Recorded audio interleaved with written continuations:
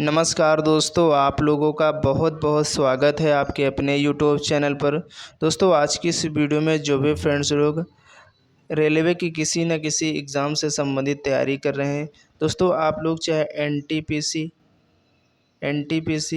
या group D exams की तैयारी कर रहे हो या एएलपी टेक्नीशियन एग्ज़ाम्स की तैयारी कर रहे हो, यानी रेलवे के आप किसी भी एग्ज़ाम से संबंधित अगर तैयारी कर रहे हो तो आपके एग्ज़ाम में दोस्तों साइंस ज़रूर पूछा जाता है। ठीक है, तो दोस्तों आज के इस वीडियो में हम लोग साइंस के जिस चैप्टर पर बात करने वाले हैं, दोस्तों उस चैप्टर का नाम है कोशिका।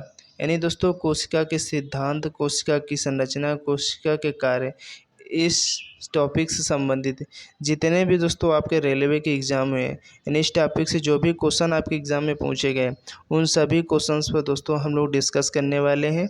और आपको इससे ये पता चलेगा कि आपके एग्ज़ाम में किस टॉपिक से किस प्रकार के क्वेश्चन पूछे जाते हैं, कैसे क्वेश्चन आते हैं, कौन से कॉन्सेप्ट बेस पे क्वेश्चन आते हैं। तो इसलिए प्रीवियस ईयर दोस्तों आप कोई भी एग्ज़ाम्स की अगर तैयारी करते हो तो उसको पढ़ना बहुत इम्पोर्टेंट होता है। और इससे मालूम भी हो जाता है हमारे एग्ज़ाम में किस प्रकार के क्वेश्चन बन सकते हैं और कहाँ कहाँ से बन सकते हैं। तो आइए दोस्तों, आज की जो वीडियो है काफ़ी इम्पोर्टेंट होने वाली है आपके आने वाले एग्ज़ाम्स के लिए। और जिन भी बच्चों का अभी एग्ज़ाम हुआ नहीं, यानी एएलपी का एग्ज़ाम हो चुका, उसका रिजल्ट भी आ चुका है, और टेक्नीशियन का भी एग्ज़ाम हो चुका है, और एनटीपीसी का एग्ज़ाम अभी चल रहे हैं। जिन भी स्टूडेंट्स का आने वाली डेट में एग्ज़ाम है वो लोग ज़रूर इस वीडियो को देखेगा। और जो भी फ्रेंड्स लोग ग्रुप डी एग्ज़ाम्स की तैयारी कर रहे हैं उनके लिए बेहद इंपॉर्टेंट है।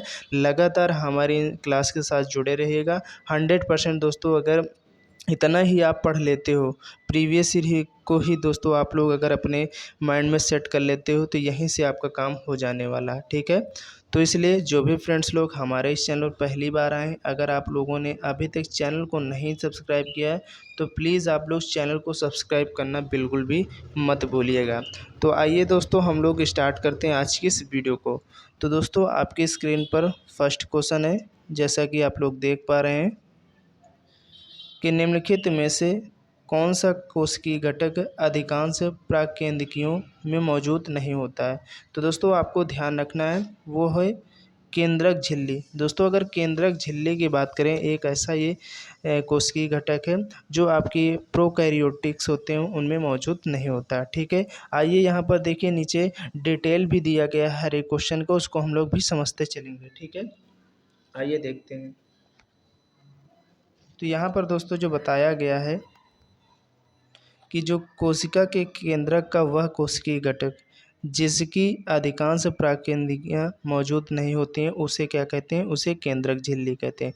तो यहाँ से क्लियर हो गया केंद्रक झिल्ली किसे कहा जाता है, यानी कोशिका के जो केंद्रक का वह कोशिकीय घटक जिसकी अधिकांश जो प्राकेंद्रियाँ हैं वो मौजूद नहीं होती हैं उसे हम लोग क्या कहते हैं, केंद्रक झिल्ली कहते हैं। और यही आपके क्वेश्चन में पूछा गया। तो इस क्वेश्चन का जो राइट आंसर ऑप्शन बी जो है बिल्कुल करेक्ट हो जाएगा। ठीक है, आगे भी हम लोग पॉइंट्स पढ़ते हैं कि यह दोहरी परत की एक झिल्ली होती है। यानी दोस्तों जो केंद्रक झिल्ली होती है किस प्रकार की होती है दोस्तों, ये दोहरी परत की, आपको ध्यान रखना दोस्तों, ये दोहरी परत की एक झिल्ली होती है जो केंद्रक के चारों ओर, यानी जो केंद्रक होता है उसके चारों ओर से क्या होती है, घेरे रहती है। ठीक है, और जिसमें बाहरी झिल्ली, यानी यहाँ पर जो आपकी बाहरी झिल्ली होती है उसे हम लोग किस नाम से जानते हैं, अंतःप्रद्रव्य जालिका से जुड़ी होती है। यानी दोस्तों जो आपकी जो बाहरी झिल्ली होती है वो किससे जुड़ी होती है, तो अंतःप्रद्रव्य की जालिका से जुड़ी होती है।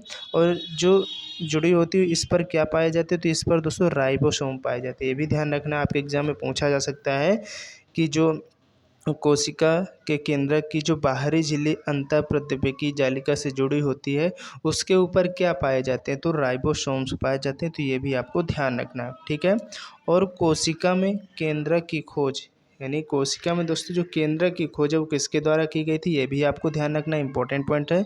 तो रॉबर्ट ब्राउन के द्वारा 1831 में यानी 1831 में जो है कोशिका में जो केंद्रक की खोज है वो रॉबर्ट ब्राउन के द्वारा की गई थी। तो ये भी आपको ध्यान रखना, जो कोशिका का नियंत्रण केंद्रक कहलाता है। ठीक है, तो आप लोग समझ गए होंगे, सभी पॉइंट इंपॉर्टेंट है, यहाँ से आपके एग्जाम में क्वेश्चन जरूर पूछा जा सकता है। और ये जो क्वेश्चन है आरआरबी ग्रुप डी 2022 में पूछा गया, सेकंड शिफ्ट का क्वेश्चन है। ठीक है, तो चलते हैं नेक्स्ट क्वेश्चन की तरफ।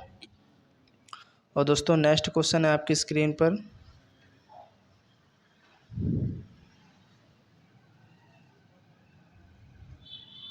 कि मानव कोशिकाओं में ग्लूकोज के विघटन द्वारा ऊर्जा का निर्माण होता है। देखिए यहीं पर देखिए क्वेश्चन में ही आपका एक क्वेश्चन का आंसर छुपा है कि मानव कोशिकाओं में ग्लूकोज के विघटन के द्वारा किसका निर्माण होता है। ये आपके एग्जाम में क्वेश्चन बन सकता है, तो इसलिए आपको हर एक क्वेश्चन को भी बहुत सही तरीके से पढ़ना है और उसको समझना वो क्वेश्चन क्या कह रहा है। तो यहाँ से देखिए क्वेश्चन बन गया कि मानव कोशिकाओं में ग्लूकोज के विघटन के द्वारा किसका निर्माण होता है दोस्तों, तो ऊर्जा का निर्माण होता है। तो इसको ध्यान रखना है। अगर यहाँ आगे क्वेश्चन में क्या कह रहा है कि ग्लूकोज के विघटन के लिए इनमें से किसकी आवश्यकता होती है, यानी मानव कोशिकाओं में ग्लूकोज के विघटन के द्वारा ऊर्जा का निर्माण होता है और ग्लूकोज के विघटन के लिए इनमें से किसकी आवश्यकता होती है। तो दोस्तों बहुत ही इंपॉर्टेंट क्वेश्चन है, आपको ध्यान रखना है, ऑक्सीजन की आवश्यकता होती है। ग्लूकोज के विघटन के लिए दोस्तों ऑक्सीजन की आवश्यकता होती है और जब ग्लूकोज का विघटन होता है तो दोस्तों किसका निर्माण होता है, तो ऊर्जा का निर्माण होता है। तो यहाँ पर क्वेश्चन का राइट आंसर जो ऑप्शन ए है बिल्कुल करेक्ट हो जाएगा। ठीक है, यहाँ पर देखिए डिटेल में भी बताया गया है कि मानव कोशिकाओं में ग्लूकोज के विघटन द्वारा ऊर्जा का निर्माण होता है। इंपॉर्टेंट ध्यान रखना, ग्लूकोज के विघटन के लिए ऑक्सीजन की आवश्यकता होती है, तो आपको ध्यान रखना है। चलिए नेक्स्ट क्वेश्चन है कि अधिकांश कोशिकीय प्रक्रियाओं के लिए ऊर्जा मुद्रा क्या होती है। देखिए दोस्तों जो ऊर्जा मुद्रा होती है वो क्या होती है, वो दोस्तों जो आपकी एटीपी होती है उसी को हम लोग ऊर्जा मुद्रा कहते हैं। तो क्वेश्चन का यहाँ पर जो राइट आंसर ऑप्शन बी है बिल्कुल करेक्ट हो जाएगा। आइए हम लोग इस पर डिटेल में बात करते हैं कि अधिकांश कोशिकीय प्रक्रियाओं के लिए इसका दोस्तों फुल फॉर्म क्या होता है, एटीपी का एडिनोसिन ट्राईफॉस्फेट ऊर्जा मुद्रा होती है। यानी दोस्तों एटीपी का फुल फॉर्म जो होता है एडिनोसिन ट्राईफॉस्फेट और इसी को दोस्तों हम लोग क्या कहते हैं, ऊर्जा मुद्रा कहते हैं। तो आपको ध्यान रखना है। एटीपी दोस्तों एक जटिल कार्बनिक रसायन होता है। क्या होता है दोस्तों एटीपी, तो एक जटिल कार्बनिक रसायन होता है।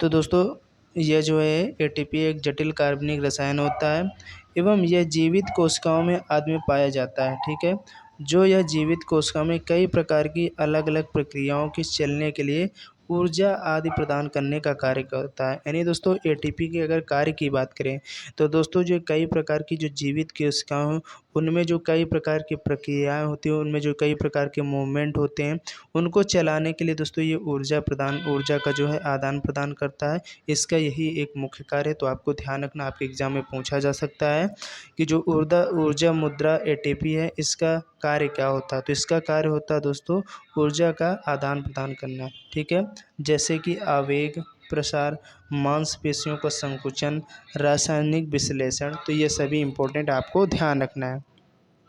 चलिए इसके बाद हम लोग नेक्स्ट क्वेश्चन की तरफ बढ़ेंगे और नेक्स्ट क्वेश्चन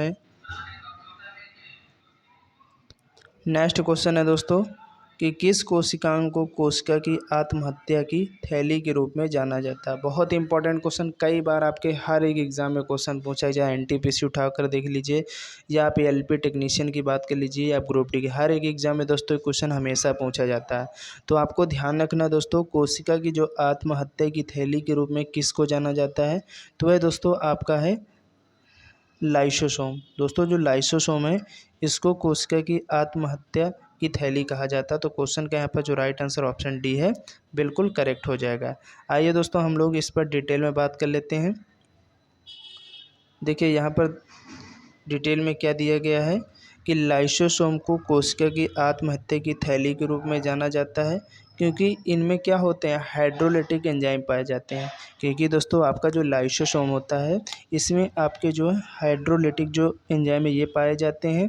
और लाइसोसोम का दोस्तों पीएच मान क्या होता है, बहुत इंपॉर्टेंट, आपको ध्यान रखना, पीएच वैल्यू आपके एग्जाम में जरूर एक क्वेश्चन पूछा ही जाता है। तो लाइसोसोम का दोस्तों जो पीएच मान होता है वो 4.5 से लेकर के 5 के बीच में होता है, यानी 4.5 से लेकर के 5 तक होता है और कैसा होता है, यानी 7 से कम है दोस्तों तो एसिडिक होगा यानी अम्लीय होता है। तो ये भी आपको ध्यान रखना है। आइए नेक्स्ट क्वेश्चन की तरफ बढ़ेंगे और नेक्स्ट क्वेश्चन है दोस्तों,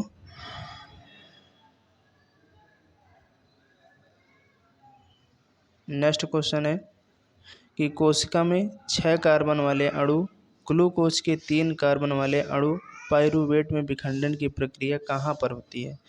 तो दोस्तों आपको ध्यान रखना, अगर बात करें जो 6 कार्बन वाले अणु, ग्लूकोज के 3 कार्बन वाले अणु पाइरूवेट में विखंडन की जो प्रक्रिया कहाँ पर होती है, तो दोस्तों ये होती है कोशिका द्रव में, साइटोप्लाज्म में होती है। तो यहाँ पर दोस्तों जो कोशिका द्रव है, यहाँ पर दोस्तों ये जो प्रक्रिया संपन्न होती है, तो यहाँ पर क्वेश्चन का राइट आंसर ऑप्शन ए जो है बिल्कुल करेक्ट हो जाएगा। आइए हम लोग डिटेल में समझते हैं कि कोशिका में जो 6 कार्बन अणु, ग्लूकोज के 3 कार्बन वाले अणु पाइरूवेट में विखंडन की प्रक्रिया कोशिका द्रव्य में होती है, ठीक है। और कोशिका द्रव्य दोस्तों एक जेली जैसा पदार्थ होता है, यानी कोशिका द्रव्य कैसा होता है, एक जेली जैसा पदार्थ है जो कोशिका झिल्ली एवं केंद्रक के बीच में पाया जाता है। देखिए यहाँ से भी आपके एग्जाम में क्वेश्चन बनेगा और ये क्वेश्चन आपको आगे मिलने भी वाला है कि आपके क्वेश्चन में पूछा जाएगा, क्वेश्चन दिया जाएगा कि कोशिका झिल्ली एवं केंद्रक के बीच कौन सा एक ऐसा पदार्थ है जो पाया जाता है। तो दोस्तों वो है आपका कोशिका द्रव्य पाया जाता है, ठीक है। तो कोशिका द्रव्य एक जेली जैसा पदार्थ है जो कोशिका झिल्ली और केंद्रक के बीच में पाया जाता है, ठीक है, आपको ध्यान में रखना है। इसके बाद कोशिका के अन्य अथवा कोशिकांग होते हैं, कोशिका द्रव में ही पाए जाते हैं, यानी कोशिका के अन्य ऐसे कुछ कोशिकांग जो कोशिका द्रव में ही पाए जाते हैं, जैसे माइटोकॉन्ड्रिया हो गया, गोल्जी का हो गया, राइबोसोम इत्यादि। दोस्तों ये कहाँ पाए जाते हैं, कोशिका द्रव में ही पाए जाते हैं, तो आपको इनको भी ध्यान रखना है। चलिए नेक्स्ट क्वेश्चन है,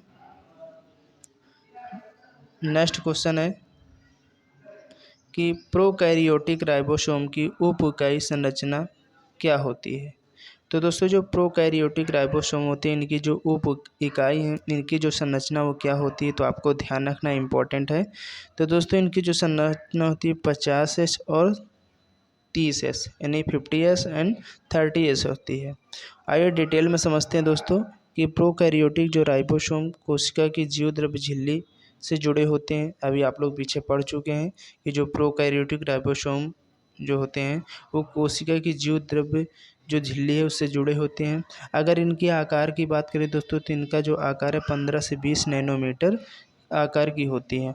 और ये जो दो उप इकाइयाँ होती हैं 50S एंड 30S की बनी होती हैं, जो आपस में मिलकर 70 यानी 70S प्रोकैरियोटिक राइबोसोम बनाते हैं। यानी आपके एग्ज़ाम में पूछे कि जो 50S और 30S की बनी होती हैं प्रोकैरियोटिक राइबोसोम की उप इकाइयाँ, जो आपस में मिलकर कितने प्रोकैरियोटिक राइबोसोम बनाते हैं, तो 70S, ये भी आपको ध्यान रखना है, ठीक है। और राइबोसोम के ऊपर प्रोटीन संश्लेषित होती है। तो आपके एग्जाम में यहाँ से एक क्वेश्चन और बनता है कि प्रोटीन का कारखाना किसे कहा जाता है। तो दोस्तों प्रोटीन का जो निर्माण करता है वो आपको राइबोसोम करता है। आगे आपको क्वेश्चन मिलने वाला है, आप यहाँ पर डिटेल में दिया गया तो आपको उसको समझते हुए चलना है। चलिए, अगर दोस्तों वीडियो आपको पसंद आ रही है तो आप लोग वीडियो को फटाफट लाइक कर दीजिएगा, ज़्यादा से ज़्यादा अपने दोस्तों तक इस वीडियो को शेयर कर दीजिए, क्योंकि ऐसा कंटेंट दोस्तों आपको कोई नहीं देने वाला है।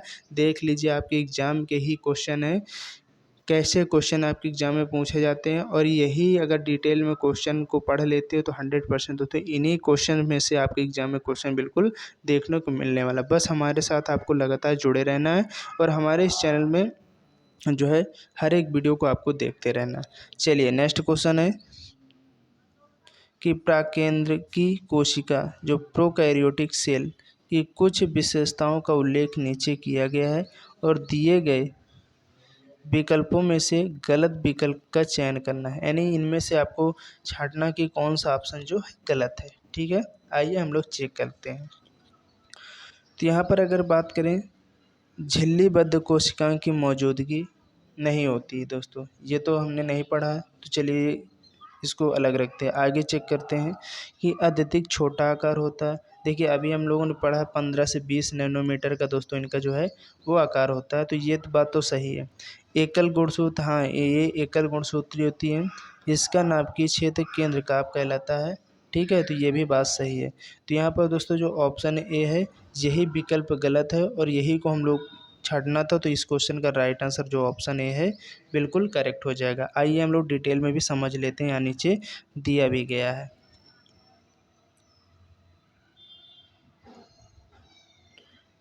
प्राकेंद्रकी कोशिका की प्रमुख विशेषताएं क्या होती है, यहाँ पर दिया ये अत्यधिक छोटे आकार की एकल गुणसूत्री होती है। यानी कैसी होती हैं प्राकेंद्रकी कोशिका, तो दोस्तों ये अत्यधिक छोटे आकार की होती हैं। कैसी होती हैं, एकल गुणसूत्री होती हैं और इसका नाभिकीय क्षेत्र केंद्रकाभ कहलाता है। उन्हें हम लोग प्रोकैरियोटिक जीव या प्रोकैरियोटिक ऐसे जीवों को कहा जाता है जिनकी कोशिका झिल्ली बंद केंद्रक में नहीं पाई जाती। ठीक है, तो आप लोग समझ गए होंगे। चलते हैं नेक्स्ट क्वेश्चन की तरफ। और नेक्स्ट क्वेश्चन है, देखिए ये क्वेश्चन देखिए आपके एग्जाम में फिर रिपीट हुआ है और ग्रुप डी में ही पूछा गया है। और किस प्रकार पूछा गया है कि जब एटीपी में टर्मिनल फास्फेट लिंकेज को जल के उपयोग द्वारा तोड़ा जाता है तो कितनी ऊर्जा मुक्त होती है। इम्पोर्टेंट है, बहुत इंटरेस्टिंग क्वेश्चन है, आपको ध्यान रखना दोस्तों। जब एटीपी यानी एडिनोसिन ट्राईफास्फेट को जो है टर्मिनल फास्फेट लिंकेज को जल में के उपयोग द्वारा तोड़ा जाता है तो इसमें जो ऊर्जा मुक्त होती है वो कितने कैलोरी या कितने मोल किलो कैलोरी होती है। तो आपको दोस्तों ध्यान रखना 30 यानी 30.5 यानी 30.5 किलो मोल की जो ऊर्जा है दोस्तों वो मुक्त होती है, आपको ध्यान रखना है। यहाँ पर दिया भी गया, डिटेल में समझते हैं कि संश्लेषित अणु एटीपी का उपयोग कोशिका में अन्य सभी गतिविधियों को बढ़ावा देने के लिए किया जाता है, यानी ऊर्जा देने के लिए किया जाता है।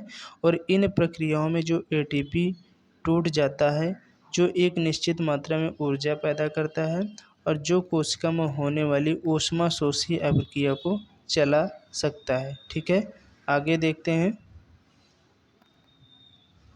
इस प्रकार जब पानी का उपयोग करके एटीपी में टर्मिनल फास्फेट लिंकेज तोड़ा जाता है तो 30.5 किलो मोल के बराबर ऊर्जा निकलती है। तो आपको बिल्कुल इसको रट लेना है। ठीक है, तो यहाँ पर इस क्वेश्चन का राइट आंसर जो ऑप्शन सी है बिल्कुल करेक्ट हो जाएगा। ठीक है, तो आपको ध्यान रखना है। चलते हैं नेक्स्ट क्वेश्चन की तरफ। नेक्स्ट क्वेश्चन है मेरे साथियों कि कौन सा कोशिकांग विषाक्त पदार्थों द्वारा और औषधियों के जहरीले प्रभाव को खत्म कर देता है। यानी दोस्तों यहाँ पर आपको बताना है कि कोशिका यानी कौन सा कोशिकांग है मानव के शरीर में जो विषाक्त पदार्थों और औषधियों के जहरीले प्रभाव को खत्म कर देता है। तो दोस्तों उसे हम लोग क्या बोलते हैं, अंतःप्रत्ययी जालिका बोलते हैं। यहाँ पर क्वेश्चन का राइट आंसर ऑप्शन ए है, बिल्कुल करेक्ट हो जाएगा। ठीक है, आइए डिटेल में समझते हैं कि अंतःद्रव्यी जालिका यानी एंडोप्लाज्मिक रेटिकुलम सुकेंद्रक कोशिकाओं यानी यूकैरियोटिक सेल में स्थित एक झिल्लीदार कोशिकांग है। इनका प्रमुख कार्य विषाक्त पदार्थों और औषधियों के जहरीले प्रभाव को खत्म करना होता है। अंतःद्रव्यी जालिका की रचना प्लाज्मा झिल्ली के समान होती है। किसके समान होती है, अंतःद्रव्यी जालिका की जो रचना है वो प्लाज्मा झिल्ली के समान होती है। तो ये भी आपको पॉइंट्स को ध्यान रखना है। चलते हैं नेक्स्ट क्वेश्चन की तरफ। और नेक्स्ट क्वेश्चन है कि निम्न में से किस प्राणी ऊतक में चपटी कोशिकाएं होती हैं। यानी यहाँ पर आपको बताना है कि कौन सा ऐसा प्राणी ऊतक है जिसमें चपटी कोशिकाएं होती हैं। तो दोस्तों जो सल की उपकला होती है इसमें आपकी दोस्तों चपटी कोशिकाएं पाई जाती हैं। तो क्वेश्चन का राइट आंसर ऑप्शन सी जो यहाँ पर है बिल्कुल करेक्ट हो जाएगा। आइए दोस्तों डिटेल में समझते हैं कि सल की उपकला क्या होती है। तो दोस्तों सल की उपकला ऊतक एक चपटी कोशिकाओं के पतले स्तर से बना होता है जिसके किनारे अनियमित होते हैं।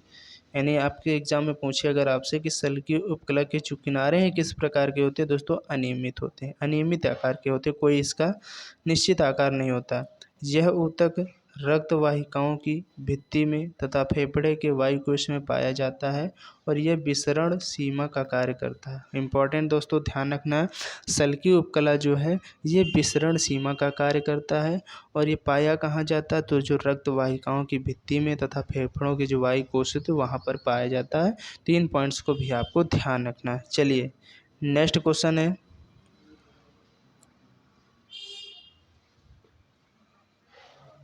निम्न में से कौन सा कथन गलत है। आइए हम लोग चेक करते हैं कौन सा ऑप्शन सही है और कौन सा गलत है। ठीक है, तो ऑप्शन ए को चेक करते हैं दोस्तों कि किण्वन की प्रक्रिया के लिए ऑक्सीजन आवश्यक नहीं है। बिल्कुल सही है दोस्तों, जो किण्वन की प्रक्रिया होती है इसके लिए कोई भी ऑक्सीजन की आवश्यकता नहीं होती है।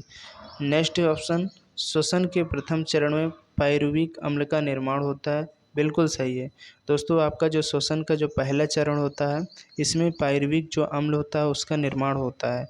नेक्स्ट ऑप्शन है कि श्वसन के प्रथम चरण में ग्लूकोज का विघटन होता है। ये भी बात सही बिल्कुल, यानी जब श्वसन का प्रथम चरण होता है तो उसमें जो पायरुविक अम्ल होता है उसका निर्माण होता है और जो ग्लूकोज है उसका विघटन होता है। तो ये तीनों पॉइंट सही हैं।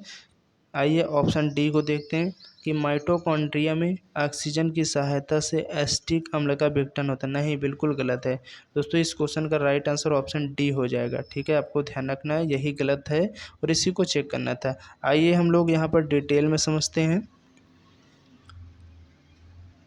कि दिए गए कथन में 4 गलत है, यानी ऑप्शन डी की बात कर रहा है यहाँ पर। ऑप्शन डी जो है वो गलत है, यानी माइटोकॉन्ड्रिया में ऑक्सीजन की सहायता से एसिटिक अम्ल का विघटन नहीं होता है बल्कि पायरुवेट का विघटन होता है। किसका विघटन होता है, यानी माइटोकॉन्ड्रिया में। अभी हम लोग इसके बारे में पीछे पढ़ा भी है कि माइटोकॉन्ड्रिया में जब ऑक्सीजन की सहायता से जो है पायरुवेट जो अम्ल है इसका क्या होता है, विघटन होता है। ठीक है, और माइटोकॉन्ड्रिया को कोशिका का पावर हाउस कहा जाता है। देखिए इंपॉर्टेंट है, आपको ध्यान रखना है। आपके एग्जाम में पूछा जाता है कि कोशिका का पावर हाउस या कोशिका का ऊर्जा गृह किसे कहा जाता है, तो माइटोकॉन्ड्रिया को कहा जाता है। इंपॉर्टेंट पॉइंट है, आपको ध्यान रखना है। चलिए नेक्स्ट क्वेश्चन है कि कशेरुकियों की यकृत कोशिकाओं में एसीआर द्वारा कौन सा महत्वपूर्ण कार्य किया जाता है। देखिए एसीआर का मतलब दोस्तों क्या होता है, इसका फुल फॉर्म क्या होता है, स्मूथ एंडोप्लाज्मिक रेटिकुलम होता है। ठीक है, आपको ध्यान रखना है। तो कशेरुकी जो होते हैं इनकी यकृत कोशिकाओं में जो एसीआर है इन्हें स्मूथ एंडोप्लाज्मिक रेटिकुलम द्वारा कौन सा महत्वपूर्ण कार्य किया जाता है। तो दोस्तों इसके द्वारा जो है औषधियों और विषों के निरावेशीकरण का काम किया जाता है। तो इस क्वेश्चन का राइट आंसर यहाँ पर जो ऑप्शन ए है बिल्कुल करेक्ट हो जाएगा। तो आइए हम लोग डिटेल में समझते हैं यहाँ पर कि जो कशेरुकी प्राणी होते हैं, जीव होते हैं, उनके यकृत कोशिकाओं में एसईआर यानी स्मूथ एंडोप्लाज्मिक रेटिकुलम नामक पदार्थ स्रावित होता है। यानी दोस्तों ये जो कशेरुकी होते हैं और जो इनकी यकृत कोशिकाओं में क्या स्रावित होता है, तो स्मूथ एंडोप्लाज्मिक रेटिकुलम नामक जो पदार्थ का ये नाम है ये स्रावित होता है यानी निकलता है तथा एक चिकनी झिल्ली नुमा परत पाई जाती है जिसका मुख्य कार्य दोस्तों होता है औषधियों और विषों का निरावेशीकरण यानी निर्मुक्त करने में महत्वपूर्ण भूमिका जो है निभाता है। तो आपको ध्यान रखना है। चलिए नेक्स्ट क्वेश्चन है,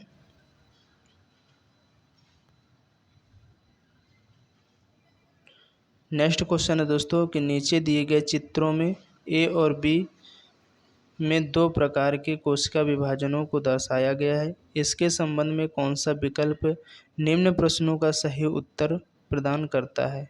ठीक है, फर्स्ट यानी पहले नंबर पे दिया गया है कोशिका विभाजन के प्रकार क्या हैं और दूसरे में दिया गया विभाजन बी कब और कहाँ होता है। तो आइए हम लोग देखते हैं।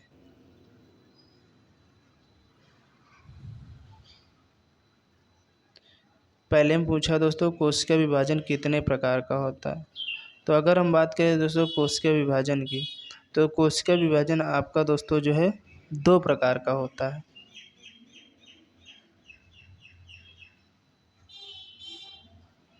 जी यहाँ पर देखिए चित्र दिया गया है, हमसे चित्र से नहीं मतलब दोस्तों, ऑप्शन को यहाँ एलिमिनेट कर लेते हैं, छोटा थोड़ा कर लेते हैं।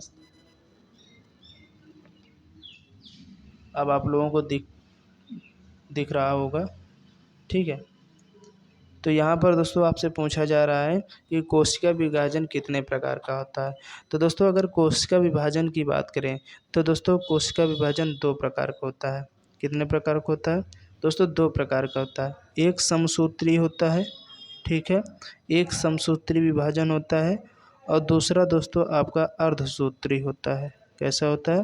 पहला समसूत्री विभाजन और दूसरा अर्धसूत्री विभाजन होता है, ठीक है।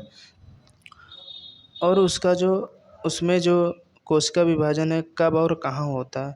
तो दोस्तों इसकी अगर बात करें, जो इसका कोशिका विभाजन कब होता है, तो दोस्तों जब युग्मक के निर्माण के लिए जो जनन कोशिकाओं में अर्धसूत्री विभाजन होता है, ठीक है, और वहीं पर दोस्तों इसका जो है निर्माण होता है। तो आइए हम लोग चेक करते हैं। यहाँ पर ऑप्शन ए में किया गया समसूत्री विभाजन, बी अर्धसूत्री विभाजन, ठीक है। तो ये बात तो सही। ऑप्शन जो 2 नंबर पे क्या दिया गया, वृद्धि के लिए शरीर की कोशिकाओं में अर्धसूत्री विभाजन होता नहीं, गलत है दोस्तों। ये वृद्धि के लिए नहीं होता है, ये दोस्तों युग्मक जो होते हैं उनके निर्माण के लिए जनन कोशिकाओं में होता है, ठीक है। यानी कब होता है? तो युग्मक का जो निर्माण होता है तब दोस्तों इसका जो है वो निर्माण होता है। और कहाँ होता है? तो जनन कोशिका में। तो ये ऑप्शन बिल्कुल गलत हो जाएगा। आइए ऑप्शन बी चेक करते हैं कि अर्धसूत्री विभाजन और समसूत्री विभाजन।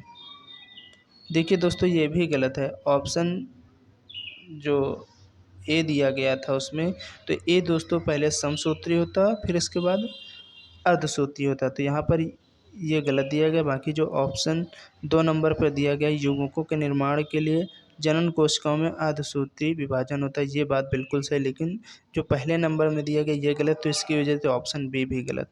आइए ऑप्शन सी चेक करते हैं कि ए समसूत्री विभाजन, बी अर्धसूत्री विभाजन। हाँ ये सही है। आइए 2 नंबर चेक करते हैं कि युग्मकों के निर्माण के लिए जनन कोशिकाओं में अर्धसूत्री विभाजन होता है, तो ये भी बात सही है। तो यहाँ पर इस क्वेश्चन का जो राइट आंसर ऑप्शन सी है बिल्कुल सही हो जाएगा। ठीक, आप लोग समझ गए होंगे। चलिए आइए हम लोग यहाँ देखिए डिटेल में दिया भी है गया, तो आप लोग देख लीजिएगा कि कोशिका विभाजन 2 प्रकार का होता है, समसूत्री विभाजन और अर्धसूत्री विभाजन, ठीक है। तो आपको ध्यान रखना है अर्धसूत्री विभाजन युग्मकों यानी जो गैमेट्स होते हैं इनके निर्माण के लिए जनन कोशिकाओं में होता है। कहाँ होता है, कब होता है? तो जो अर्धसूत्री विभाजन है युग्मकों के निर्माण के लिए कहाँ होता है? तो जनन कोशिका यानी जर्म सेल होती है वहाँ पर होता है। तो आपको ध्यान रखना है। नेक्स्ट क्वेश्चन दोस्तों कि निम्नलिखित में से किस कोशिकीय घटक को कोशिका के प्रोटीन के कारखाने के रूप में जाना जाता है? देखिए अभी हमने बताया भी था दोस्तों प्रोटीन का कारखाना किसे कहते हैं, या प्रोटीन का जो संश्लेषण है यानी निर्माण है वो कहाँ होता है?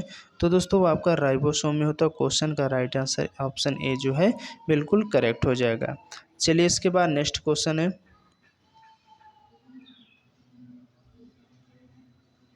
कि निम्न में से किसे कोशिका का पावर हाउस कहा जाता है? ये भी अब हम बात कर चुके हैं। तो दोस्तों कोशिका का पावर हाउस जो है वो माइटोकॉन्ड्रिया को कहा जाता है। क्वेश्चन का ऑप्शन जो ए यहाँ पर है बिल्कुल करेक्ट हो जाएगा। नेक्स्ट क्वेश्चन है